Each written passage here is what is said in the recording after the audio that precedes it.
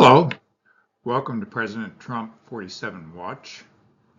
Today's episode is on headlines versus realities. It's Inauguration Eve, January the 19th, 2025. I'm Merrick Masters, Professor of Business Emeritus, commentator and podcaster. You can find me at my email address and on my YouTube channel, which I hope you'll subscribe to. The topics we're going to cover today include the nominees, some of them of President Trump for various cabinet level positions, confronted the United States Senate committees for their hearings as a precursor to their eventual possible approval by the Senate for those positions. Second topic is the Department of Government Efficiency in motion. This ad hoc agency is considering several proposals to reduce the size and scope of government. We'll talk also about the executive order tsunami. Between 100 and 150 executive orders are expected within the first few hours of the Trump presidency, Trump 47. We'll talk about border security enforcement and some of the issues associated with getting that going on a scale that the administration hopes to implement in the near future.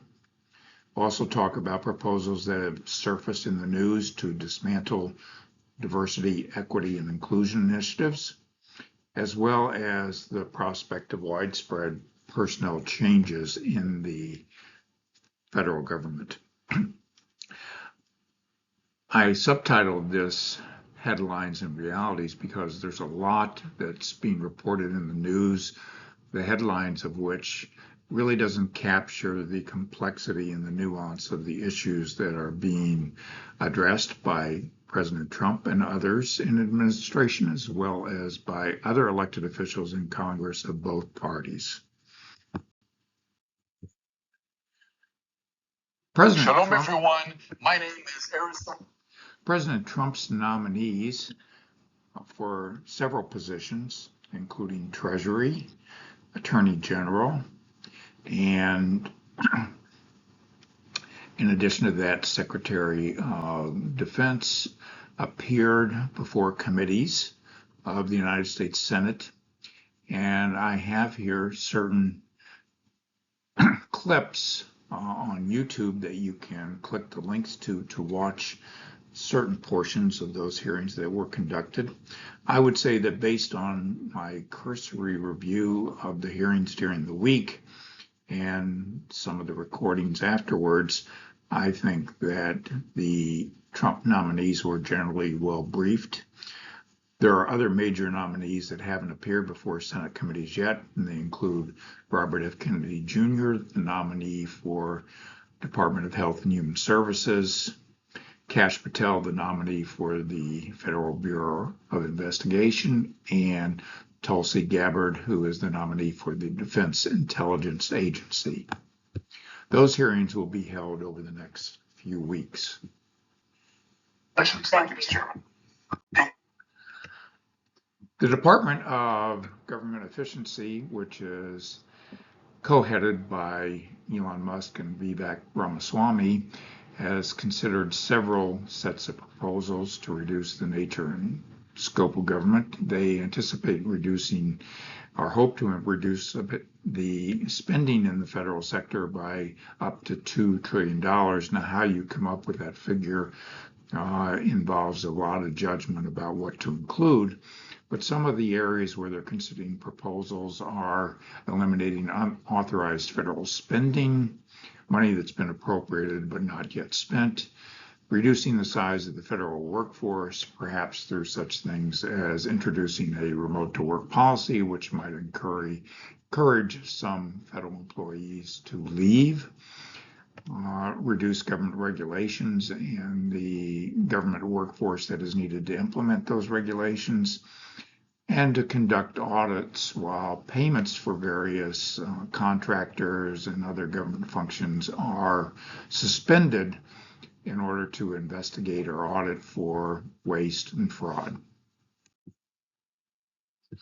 An expected tsunami of executive orders is to take place in the first hours of the Trump administration, many of which will rescind Biden executive orders. And you can also expect to see policy initiatives with regard to border security, energy development, reform of the federal workforce, including creating a new Schedule F to make more workers subject to presidential appointment or dismissal, changes in school gender policies, and changes in vaccine mandates and the implementation of those mandates, which, for example, were used to remove certain people from the military who refused to take the vaccine.